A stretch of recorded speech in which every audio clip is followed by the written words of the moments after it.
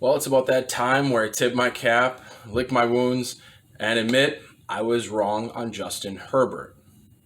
Now, I want to say this to all the people out there who evaluate college talent, who want to be scouts in the future. There is something that I believe in. I believe in this very strongly, and that's don't accept being wrong.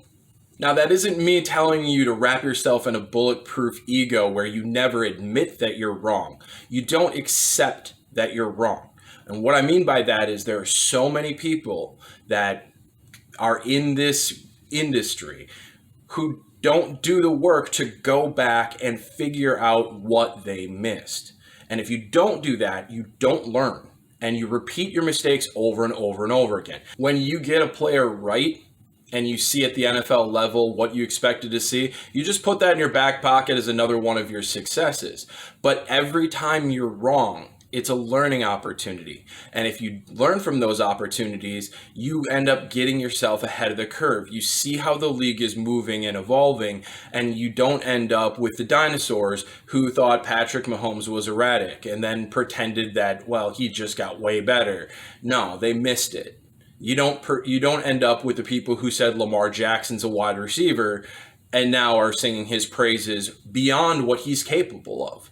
You hone your craft. You work the prospects, and you get to a point where you understand what translates to the NFL level. That's where I screwed up with Herbert.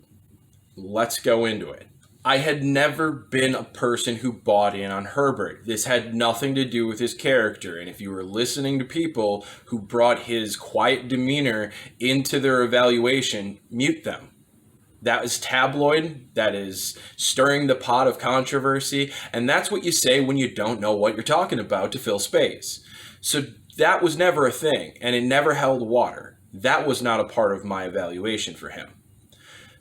I had three aspects of Herbert that bothered me. The first one you saw when he was loading a ball in the college level. Now, this was something that happened over 3 years. I'd never bought in on Herbert, and one of the things that I saw is that when he loaded the ball, when he cocked it into the loaded position, there was almost a robotic tick in his movement. Now, this in itself isn't a bad thing. It's not a good thing because you want the mechanics and the motion to consistently be smooth, but it's not necessarily a bad thing. But it is a bellwether. It points towards something else being wrong. It points towards something in his mechanics being a part that he's fighting. And it's really hard to be consistent when you're fighting your own mechanics. So I saw this, and that helped me dig in on Herbert right there. Didn't disqualify, didn't downgrade him, but it raised the flag. But there was something in his mechanics that was off. In fact, two things. One, he's different on his ball load height. It varies. And two, when he's throwing the ball forward, his shoulder timing is off. So you'll see a quarterback who will load the ball too high and pull his shoulder down early, and he'll spike the ball down. You'll see a quarterback who will load the ball low and release his shoulder late, and the ball will sail. So his high-low accuracy has an issue with it, and it gets worse and worse and worse as it progresses down the field. It's a lot easier to throw the ball 5 yards to a check down when you have a little bit of high-low variability, but it's worse when it gets down the field. And this was a trait that was very similar to one Cardale Jones. That trait concerned me. There was also another trait that is kind of hard to spot because it doesn't pop up very often. Now, I had seen issues with Herbert's progressions as it moved down the field. But I always thought that Herbert was a really good decision maker. He was able to get the ball to his check down quickly. He made some quick snap decisions, but that was always in the short and intermediate. So I saw quick decision making in the short and intermediate, and I saw just struggling to find the right timing down the field. So I looked into it and looked into it and looked into it, and what I saw was something that is similar to Mitchell Trubisky. And that's that Herbert's eyes go through the progressions at the proper speed, but his feet don't travel with his eyes. As he moves through his progressions, his feet get more and more and more behind, which throws off his base, and it makes that high-low variability even worse because his base isn't set properly. This is something in Mitchell Trubisky that made people tell you that he cannot throw left. And it's not that Trubisky can't throw left. He can throw left when his one read is sitting over on the left side. But as he moves through his progressions, with his feet chasing his eyes, he will slowly get worse off and worse off and worse off with his base as he moves right to left on his progressions, making those left side throws late, making those left side throws inaccurate, because as he moves across the progression, his base gets worse. It's not that he can't throw to the left, it's that he can't process to the left. And this is the same thing you saw with Justin Herbert. As easy as it sounds to speed up your feet as you're moving through your progressions, ask Mitchell Trubisky how it's worked out for him. He's never been able to get better at it. And I was concerned that Herbert would have the same issue. So you had a quarterback who had high-low variability on his accuracy as he worked down the field. You had a quarterback whose feet were not following his eyes through his progressions in a timely manner, making him inaccurate and making him delayed as he moved down the field. And these things didn't show up when he was throwing his short, quick hitters, because you can be off with your mechanics and still throw an accurate ball 5 yards. Everybody who was on the Herbert bandwagon from the start, they kept pointing at one game. Look at Colorado. Look at that game versus Colorado. He's dropping dimes all over the place. And my reaction to that was, well, of course he is. He's throwing at his one read every single play. Every single play, he's just going to his one read. They're all open. So he just has to throw to his one read. So he doesn't have to work through his progressions. And he doesn't have to, the high-low variability isn't going to be as bad because he's throwing to his first read where he has his base set properly. And dismissing it that readily is where I screwed up. I should have immediately had the bells going off in my head and saying, wait a second. I've talked about this for 2 years, and there's a way to salvage this. I should have went back and graded every single throw that Herbert made when he was able to go to his one read. And I should have broke that off as his own little subsect.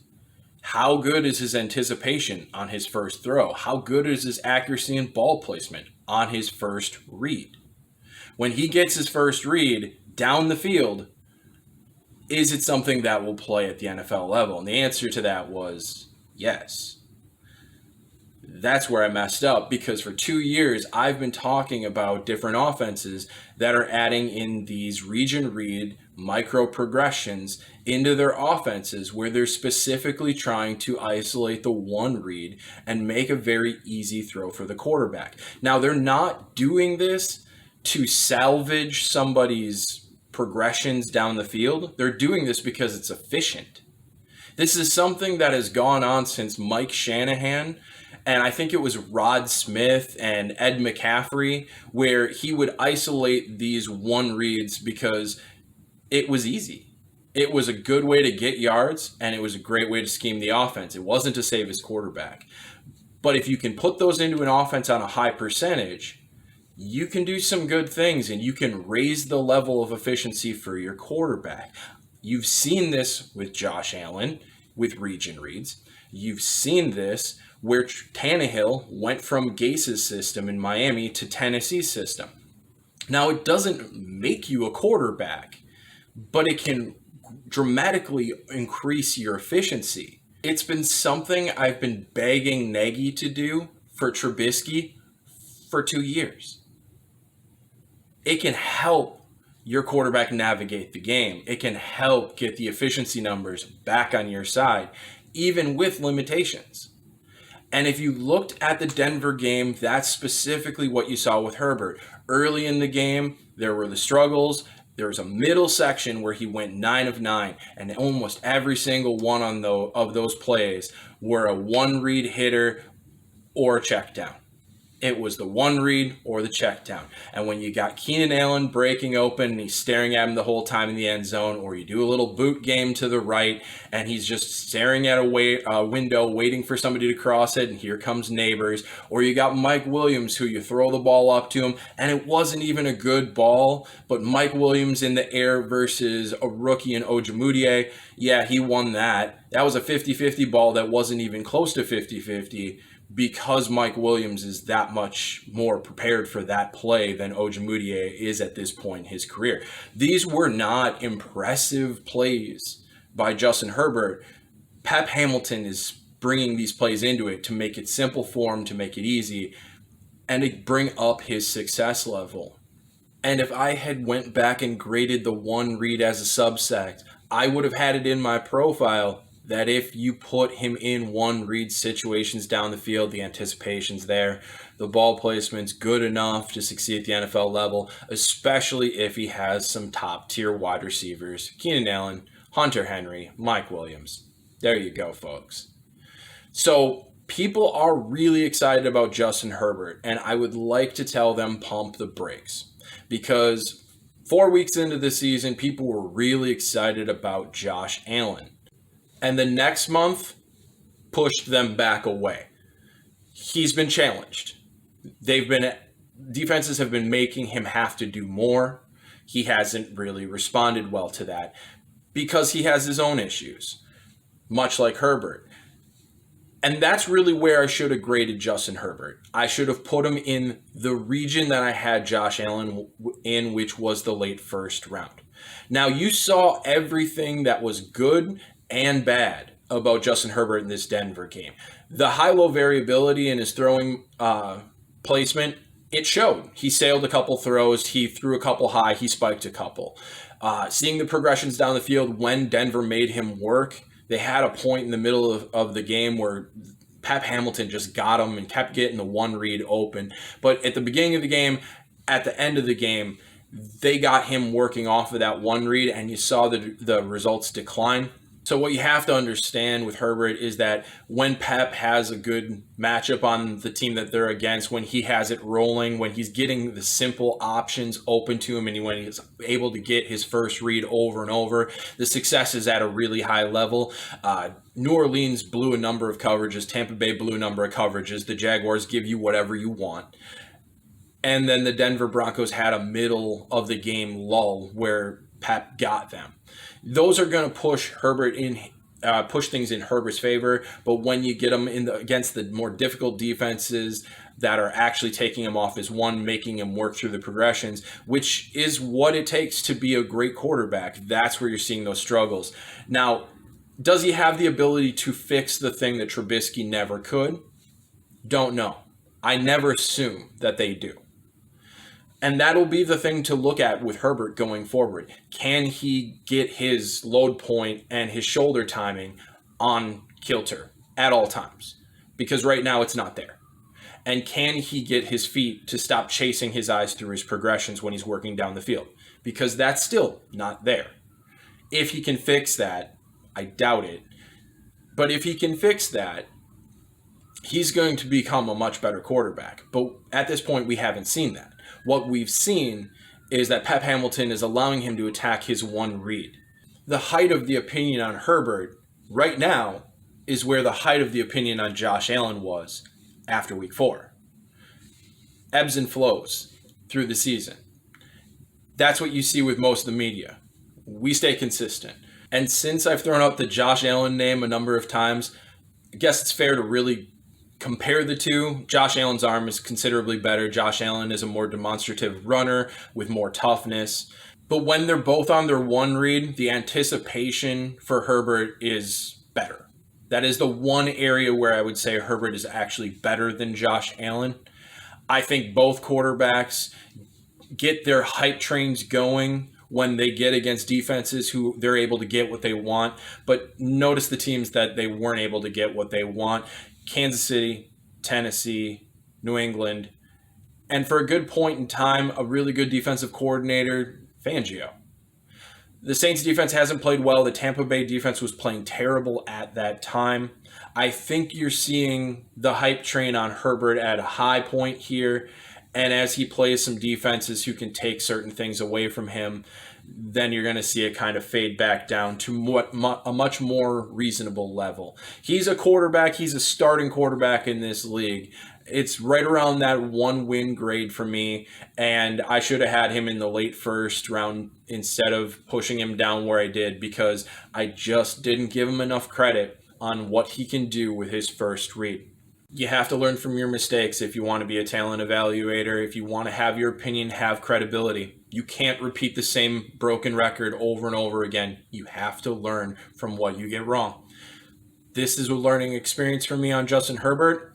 I had seen it in the league. I had seen how it brought up certain efficiencies within a quarterback's game.